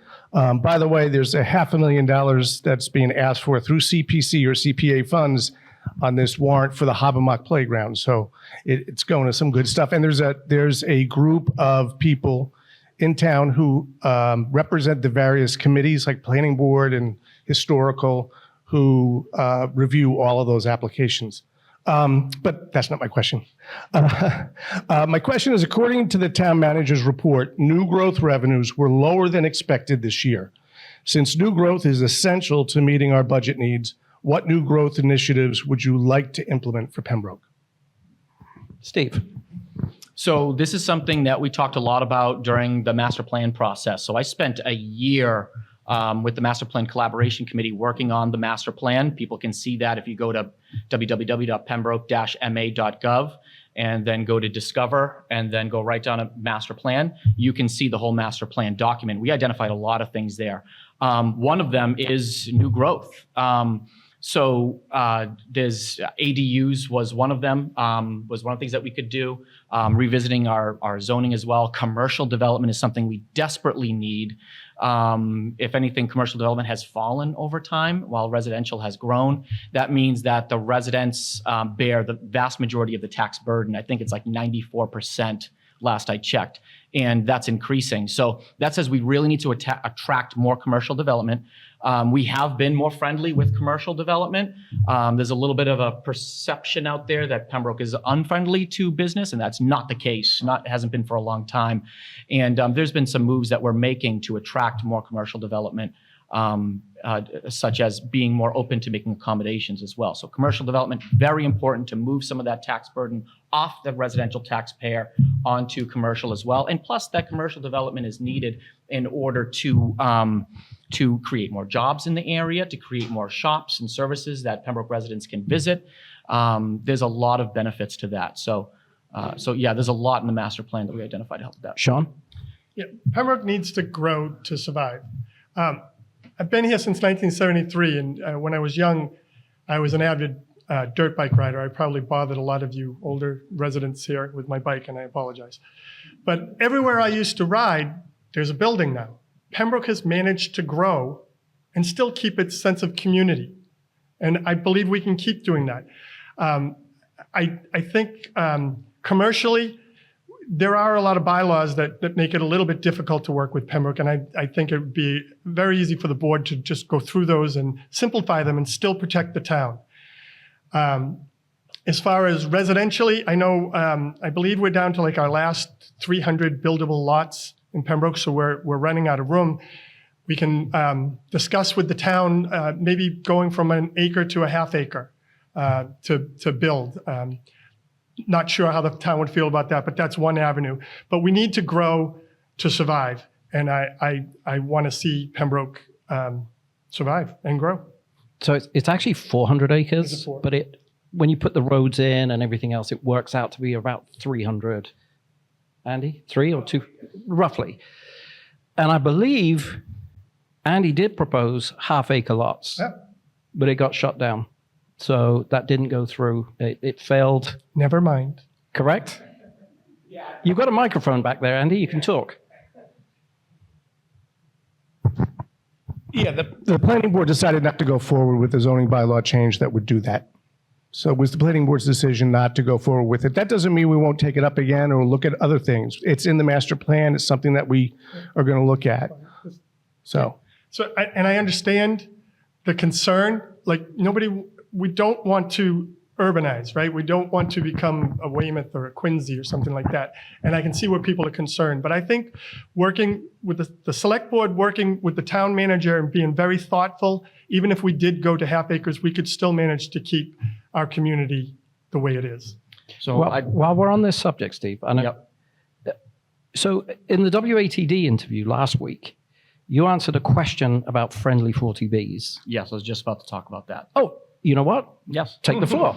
So this is something like I know you're talking about, being more okay with just, developing and so on and so forth. And we do need to develop. We need to have controlled development so we can protect the character of our town, what brought us here, what brought my family here, what's keeping people or why they love Pembroke, why they want to stay in Pembroke. We've got to protect the character of the low density suburb. With that said, I mean, if we stay beneath the 10% affordable housing requirement, then 40B developments are going to continue to take over our town, and we'll have no control over the developments whatsoever.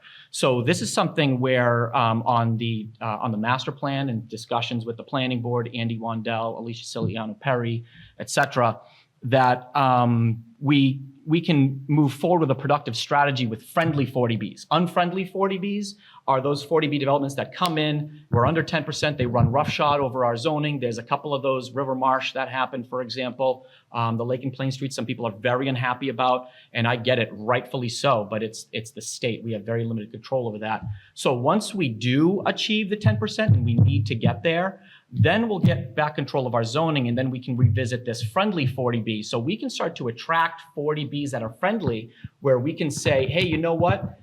If you do what we want to help us maintain, targeting between 10 and up to 15% affordable housing, then we'll get off the hamster wheel How of always close- being under 10%. How close are we, Steve? Last I checked, we were at like close to 9%, I think. Yeah. So we're high eights, if I remember correctly. You That's said the number. you It said- depends on who you said close to 10, and that Shepherds would push us over the 10. Yeah. So no. There's a few developments going on. There's Right. River Marsh. Yeah. There's Shepherds. Yep. There's the Lake and Plain Street 40B. Yeah. There's a few developments that are going on right now. So yeah, we would like to see go over 10%, but that number is shifting all the time. So we may or may not get over that 10%. With that, the numbers have to be updated. So the public need to know that what's happening in Shepherds is a quid pro quo for what's happening on the golf course. It's not a Yes. golf course, the country club. So there's 176 homes going up in the golf club where it kind of is, Andy. Well, it's Okay, not. so how many affordable houses are going up in the golf club? How many affordable housing units are going? Are we doing the debate or are Yeah, you or Fraser? Andy is. So, quid pro quo I would not say is the best word for it. Okay. That's a little unfair. We're at 8.5. But wait, if I may, the benefit of that the benefit of the Bristol Brothers Center development is that, we're going to get full credit for all those units. Yeah. So that's a huge benefit of that. No, it is, but it's. But You've got 176 debating units him, that are not going to you. fold. well, not to be. Okay. If you know the facts, you tell Well, them. the thing is that is it 60 units? That, 66. Okay, 66, but there's 62. 176 going. We had in to as go a pub- down. So the net gain is going to be against us. We were at 8.5% after the last census, and the Shepherds is not going to help us because not that it's quid pro quo, but he's building there and he's building at the country club. And there's 176 units going in there. So the 66 that are going here are not going to put us where we need to be. I just want to make sure. Yeah, That- and that's that not is- the only development. And That's that is taking not place in quid pro, town. There's quid multiple pro quo. 40Bs. So I take that back. Let's have another question from the crowd, please. Your hand. Can we? Who else do you want to ask questions of? Do you want to answer them? Come up, ladies. Do you want, are we moving? I think we should. I think it's your turn. I don't think we need to. No, but He'll they bring need- the. Who else has got their hand Have a up? microphone. Oh, I'm sorry. Sorry, you were hiding behind the pillar. I'm Jim Agnew, here in Brooklyn, and a former member of the School Committee. So my question is, earlier tonight, we heard that if we remove the pride flags from our schools, we open ourselves up to litigation. I would ask that same question around men's and women's sports. If we allow men to compete locally in girls' athletic activities, wouldn't we find ourselves in breach of Title IX? That sounds like a school committee. Katrina, I think it's for the candidates. I think, yeah. But is that for the school committee or the select board? That's for the select board tonight. It's for two candidates. Okay. What, I'm not on the ticket. I'm not going to answer it. I'll say unified sports are co-ed, girls' sports are girls' sports, and sports. So co-ed sports are, so should I press it? If you have a different opinion. So since 1979, we've had co-ed sports, and it has not been an issue in Pembroke, and as of today, it's not an issue in Pembroke. And the school committee already addressed this when they added specific language to the handbook where it's always been housed, as opposed to revisiting a policy, and that's not how they do it. Okay. Thank you. I support that decision. Okay. Very good. So we are going to get to you. Trust me. On Andy. Patrick Winter Road. So fire station, police station, the old COA. Old COA is already empty now. Police and fire, they'll be moving out. We're talking about revitalization of the center. What would the best case scenario for you, those buildings, the uses? Do you think the town should reinvest in them and have them be town property, or do you think we should sell them for commercial use? Sean, why don't you take this one? It's a great question. I want to see the center revitalized that brings more people into the center, more community-based uses. That could be a restaurant, because more people in the town, more, seeing each other. It could be a teen center. I would love to hear ideas, but I really want to see those put to really good use to revitalize, have some more revenue coming in, and yeah, I guess that's all I have to say. I was going to try more of it. I think we all agree that, they need to be put to productive use. I mean, I don't think anybody disagrees with that. If we're going to talk specifics, then there's a number of things we could do with those buildings in town center. And, I would never propose to be the one who has to make the decision, the one person. The select board is a body, the town is a body, so on and so forth. But for example, the police station the old police station, which is going to become empty, going to the public safety building.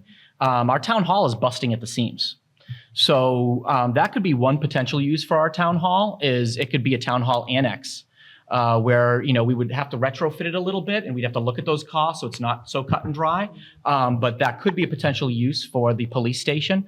The fire station, once that's empty, that's something probably it makes more sense to sell off. I would love to see like a firehouse brewery or something over there. That would be awesome. Yeah. But I really think that if the town looks to sell that property with some guardrails around it to say, hey, let's sell the property, but this is what more or less what we want to see done with it, that can be packaged as part of the deal.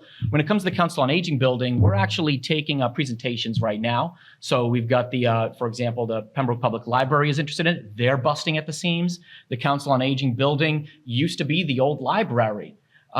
So that's something that could be an option there. But the Recreation Community Center, Lance just did a great presentation last night where the Hive, as he called it, and there could be great use there for teens and for adults with seniors that need a little bit extra help.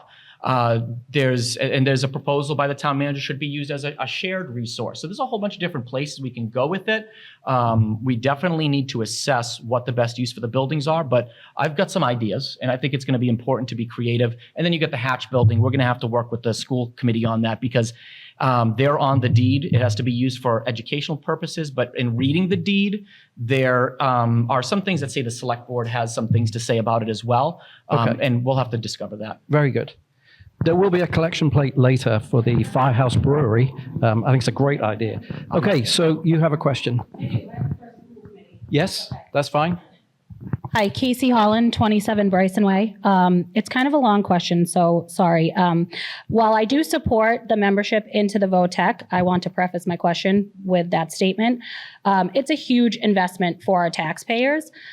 We all know that the town faced a deficit this year from an educational standpoint, and we had to make cuts to balance that budget. Just for one specific example, like larger classroom sizes. Next year, my daughter will be in a larger classroom than she has been due to some of these cuts. I guess the main question that I have is, how are we going to continue to fund the schools in town to ensure from an infrastructure, which we know a lot of our schools are older. They need work. We know I'm sure everyone in this room is familiar with the mold issues. We've talked about the playgrounds and all of the things. Pembroke, there's a lot of work that needs to be done in our schools from an infrastructure and an educational standpoint. I'm not sure that our schools can handle any more cuts from IEPs and all of our other needs that our children have.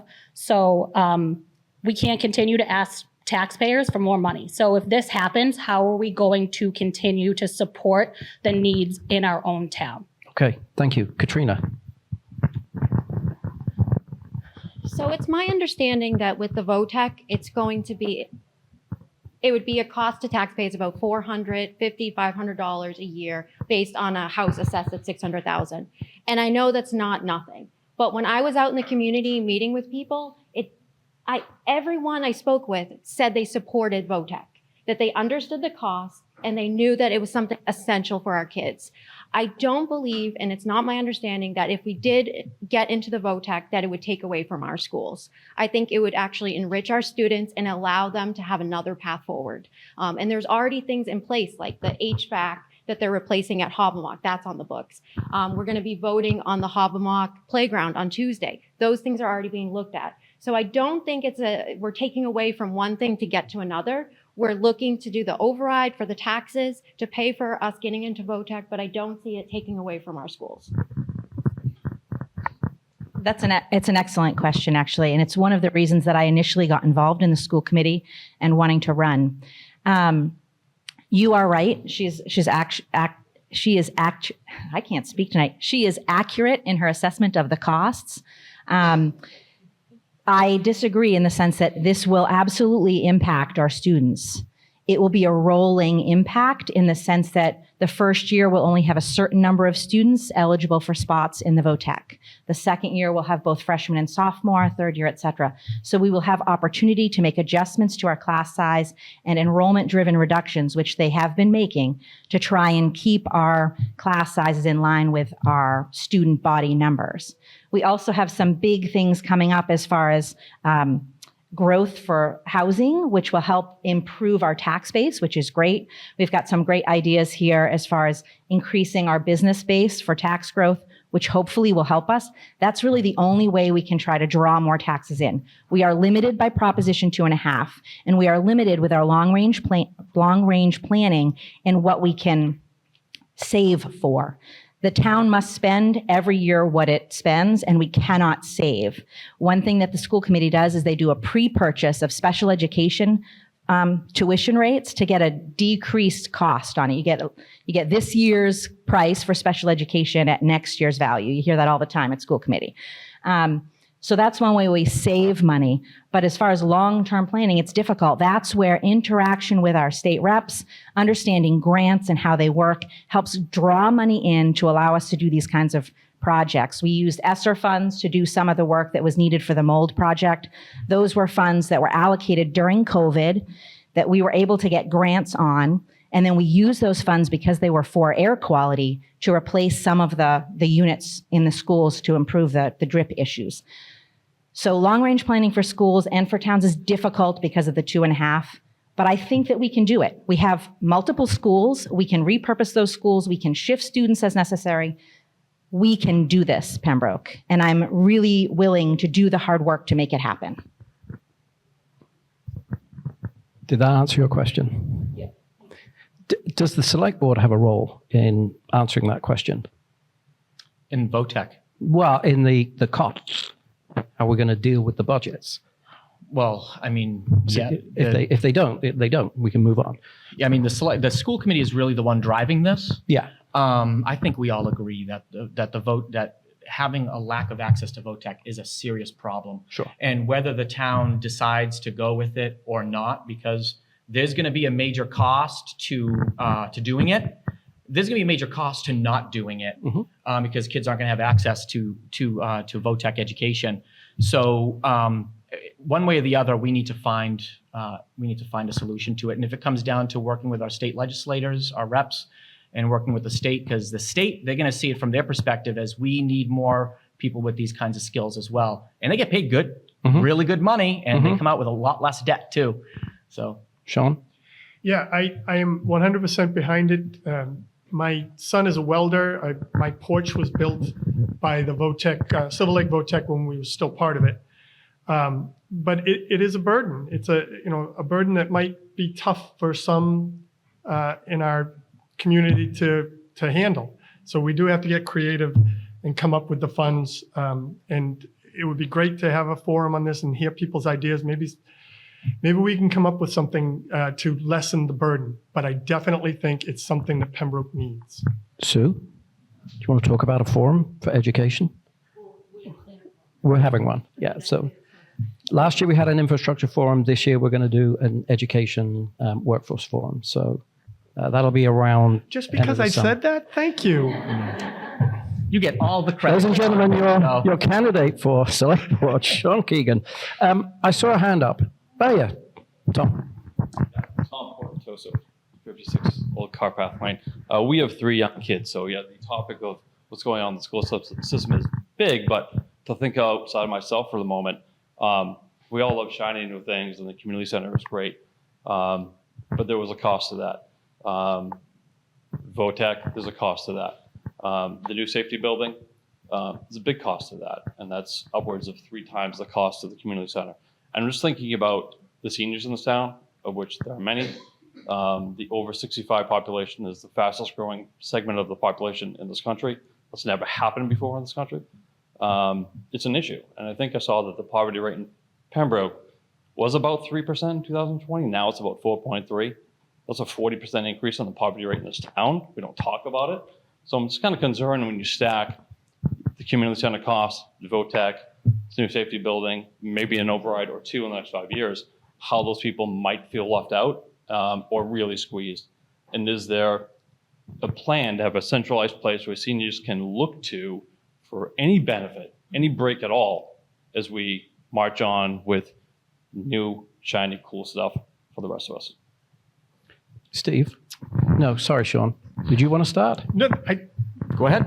Go ahead. Just this is something that I have talked about with some of the people that have been helping me on my campaign, and we have a great council on aging. They do a really good job, but there's a very low percentage of the seniors taking advantage of some of the programs that are out there. We need to do a better job, and I'm not sure what the problem is. I'm not sure if they're not getting the information. We need to do an outreach and find out, and we need to find better ways to get the information out there and get those programs, get more participation in the programs. It's not going to solve all the problems you just mentioned, but it's a good start because there are things to help the seniors in this town. Steve? Yeah, so there's some great ideas about that. So number one, we have the new community center. The Council on Aging has moved over into that. So seniors have a lot to access in there as well. Things to keep themselves busy, to meet with other folks from the community, and really stay connected to the community as well. And those services are paid for by the town. And the programs that are available there are only going to increase over time because the community center has been such a successful endeavor. It's looking like it's going to be already approaching creating more revenues than the costs are. So it's in a very strong position right now to continue to expand on that. There's ideas that, again, we have to explore them, but for the old Council on Aging building, whether that's going to expand some of the services available for some seniors who really kind of need some extra services. So we don't know yet if that's the path we're going to go with it, but there are some ideas there as well. Beyond that, it's something that it's really tough right now in Massachusetts. There are a lot of regulations in the state of Massachusetts that are really what's driving this. There's national factors as well, inflation, so on and so forth. But the state level, we really need some changes, our legislators, to help kind of move things in a different direction. At the town level, there's only so much that you can really do. But that's a conversation that we have to continue to have and explore for sure. Cool. Thank you. I saw that hand go up first. I'm sorry. Bob. Thank you. Bob DeMarzo, Stage Stop Lane. Been a resident since 1977, 48 years. I've seen a lot, and it actually confused me. I thought, besides myself and Vince and Linda Peterson, probably the oldest residents here, and I couldn't understand how Sean came here in 73 before me, and he's much younger. But I was 8. I figured it out, yeah. Anyway, we talk about development and the need for tax revenue. Going back, we had 2 organizations in town that helped develop industrial and business development. One was Plymouth County Development Council, which had to do with trying to bring business to all of Plymouth County, Brooks Kelly, and it was in the old box factory. The other, we had a board, Industrial Development Commission. So unlike the planning board, where sometimes they have to wait to somebody to come to them, the Development Council, the Industrial Development Council, was reaching out to people or coming up with ideas or allowing somebody to come to them before the other boards and discuss things and get ideas and say, maybe you need to look at this and so on. But more so, the ability to reach out.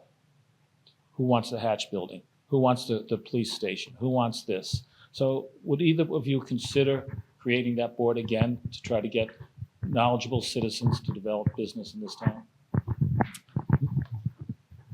I went first last time. Go ahead. Sure. Steve. Yeah, I mean, the more input, I think a really good place to get input, especially from folks in the town, are these public forums. We got some great, when we were developing the master plan, we did multiple public forums to get a lot of information from the town to pull that in and feed it into the master plan. And we fed in the master plan through our master plan collaboration committee. The one thing that I would say was that maybe it was great to have subject matter. I really hate to interrupt you, but I'm looking at the time and you haven't closed your speech. Oh, no, that's true. So Not. you say yes to Bob. You are interested in... You telling me to say yes to Bob? No, you just said it. You telling me to say yes to Did Bob? you say yes to Bob or no to Bob? It's there's more to it, but more or less, yes, we can get input from the town. There's a number of ways we could do that. We have to be careful of over bureaucratizing it, though. In a nutshell. Satisfied with that, Bob? Sean? 100% yes. Anybody who thinks they have all the answers is living in a dream world. You need to get input from other people to get good ideas, to get the best ideas. So yes, 100%. Okay. This is the last question of the night, and please make it a yes/no. I can't promise that. My name is Cora Pongratz. I live at 120 Lake Street. This question is for anyone who wants to answer, but specifically, I would like to hear from the school committee. If you believe pride flags are not political, do you support teachers and other school staff putting up other symbols, for example, a cross, Star of David, straight flag, or other ideological and arguably political statements? And do you believe this would affect the child's opinion on these subjects when they're put up by an authority figure? I'm not going to ask you, Paige. I'm going to ask you first, Katrina. Yeah, I know. Okay, I think comparing the pride flag to religion is comparing apples to oranges, because one is inclusive of everyone, regardless if you are religious, regardless of your political beliefs. I understand that people have sincerely held beliefs and may want to put something on their backpack or wear clothing indicating that, but it's not appropriate for schools. And as I said, the flag is not political because it does not matter what side you're on. It's all inclusive. Thank you. Paige? Are you related to the questioner? I am. Oh, okay, Although just I did, checking. I did not design nor entice the question to be asked, I'm sure. for the record. I would like to say again that I believe everyone has the right to pursue happiness in the way they see fit, especially adults. And therefore, I think that the American flag is that it should be the only flag in the classroom. And because of the extremist nature of some views associated with the pride flag, it is not my flag. And it does not represent me. I am a Christian. And I faithfully believe that Jesus Christ is my Savior. And I will die believing that. And I do not think that the flag is my flag. So it does not represent me. And therefore, it should not be present and be told by me that it represents me. And I truly, honestly hope that every person in this room understands, I believe that you have the right to live the way you see fit, and I have the right to believe what I believe. And that is how it should be. It is not just Christian individuals who do not agree with some of the tenets of the pride flag. There are Muslims and Jews and atheists and lots of people. So no, there should not be religious flags flying in the school at all. Thank you, Paige. Right. I think that we should be able to respond to that as well. It was to anybody who wanted to answer, right? No, we are. Look, we've got a choice here, Steve. We have to be out of here by 8. We've got 3 minutes, and we have 1 2 minute minutes each, right? worth. Exactly. So give me 30 seconds. So if she asks for anybody who's willing to answer the question. That is true. Yes. And so I would say, I think this is part of the issue, right? Is that some people think it's political, some people think it's not political. There's all this heat, and it's all political heat around this issue. This is clearly a political issue. And this is part of the issue as well. And this is why in the ruling of Shurtleff v. Boston, the city of Boston tried to arbitrarily choose what flags it could put up and which ones it couldn't. It wanted to put up, for example, this flag and said, you can't do that flag. And it went to the Supreme Court, and the Supreme Court said you can't do that. You have to either allow all of them and you have to allow none of them. Now, if you allow all of them, that's a very slippery slope. Just like the example brought up, you have to start allowing some flags that are now religious in nature, potentially. Now you have to start allowing some flags that are really ugly flags that we don't want to see in the schools. And we have to be very careful with that. We have to be careful of the arbitrary choices. So it's safer to allow none of them and stick with the flags that we all identify with. Where's that bell? Sean, did you want to say something? Just real quick, it shouldn't be a political issue. It's been turned into one It shouldn't be political. That's it.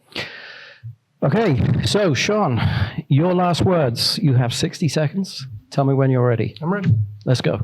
Loyalty, duty, respect, selfless service, honor, integrity, and personal courage. These are the core values of the United States Army, and for the last 30 years, they've been my core values. And I will use these values to guide any decision I make on the select board. I don't have all the answers, not yet, and I won't pretend to. What I do have is experience leading teams of men and women, large and small, through peacetime and in war.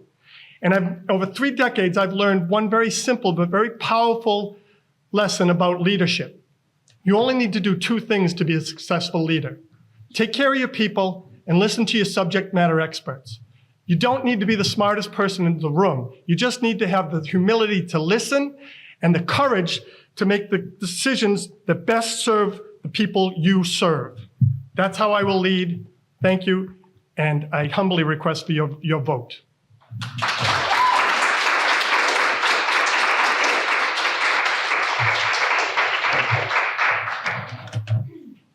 Thank you, Sean. Steve, final words. Yep. 60 seconds starting.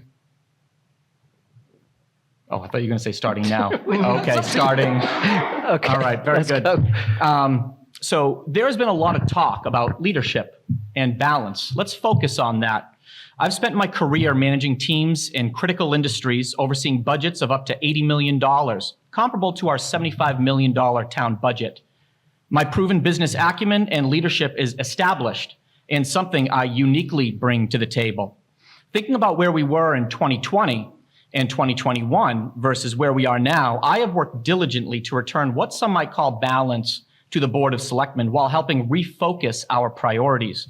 Not only that, but prior to joining the board 3 years ago, I attended a year's worth of meetings, whereas in the past 4 years, my opponent has been completely absent, having attended only 1 or 2, and only very recently after submitting his papers at the 11th hour. Whereas my opponent claims he will bring his brand of leadership and balance to the table, I have actually been here doing the work, establishing proven leadership, reinforcing balance, and continuously pushing for meaningful change. Let's leverage the momentum we've built.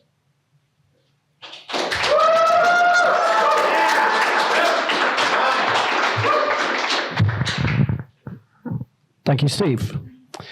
So this has been 2 hours of fun and information. I appreciate everyone coming tonight.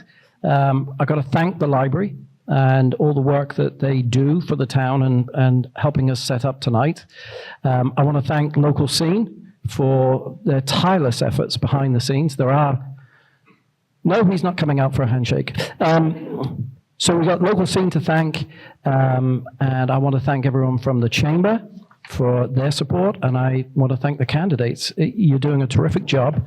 Win or lose, you've all done a great job tonight, and I appreciate the time you put into it. So thank you very much, and thank you for doing a great job.